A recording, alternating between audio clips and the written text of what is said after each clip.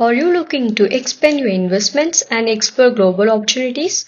Wondering how to tap into international markets and grow your wealth? Want to know the best ways to invest overseas and diversify your portfolio? Financial expert Mr. Satish Prabhu is here to break it all down. Over to you, sir. You can directly invest in overseas markets, but it's not a very favorable route. There is something called a liberalized remittance scheme offered by the RBI, where every individual gets $2.5 lakh to invest, not invest, but spend overseas. You can go on foreign trips, you can give the fees of your kids who are studying in foreign university. All that can add up to $2.5 lakh every year, including investments.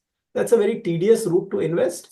The better route is to invest via mutual funds, and mutual funds have foreign funds, international funds, including Franklin Templeton, which has international funds to offer. You can straight away buy foreign stocks through those international funds by buying in Indian rupees itself.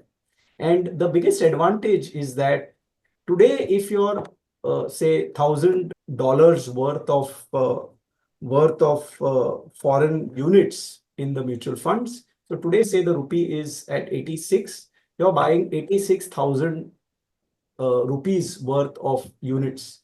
But tomorrow, if the rupee depreciates, we have seen that rupee was at 80 to a dollar, it has become 86 to a dollar.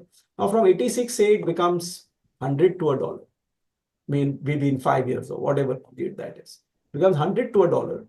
Even if the US market does not go anywhere, your unit value remains at $1,000. You still get, $1,000 becoming 100 rupees to a dollar, you'll still get 1 lakh. How much did you invest? You invested 86,000 rupees for $1,000.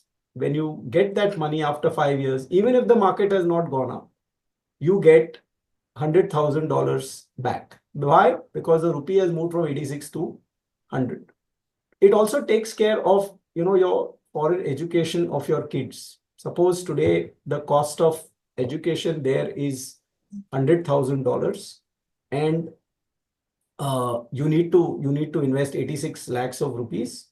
Today, if you're investing in funds, foreign funds, even if the rupee goes from 86 to 100 and the cost remains at $100,000, you don't have to worry about the 14 rupees jump. You don't have to worry about that. My cost has moved from 86 lakhs to 1 crore. You don't have to worry because you have invested in a foreign fund. Now, when you take back that money from the foreign fund, it will give you back $100,000.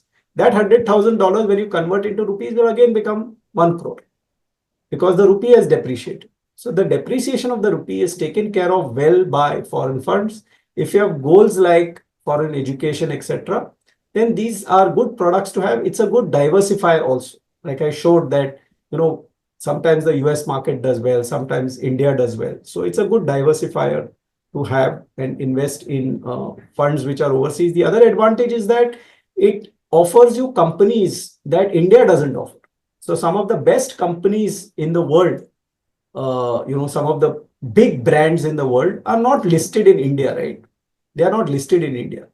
They are listed in foreign, like US markets. How do you buy those companies? You can buy an overseas fund which has those companies in the portfolio, and you own those companies that because now you start owning big companies which are not listed in India by investing in Indian rupees. These are some of the advantages.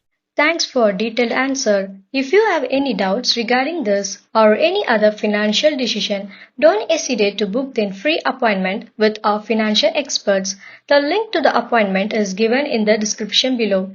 And also, would you like to know more about finance and investment? Then we would recommend you to attend our free live webinar. The link to the webinar is also given in the description below. The webinar is absolutely free. If you like this video, hit like. If you are new to our channel, please do subscribe. Thank you for watching.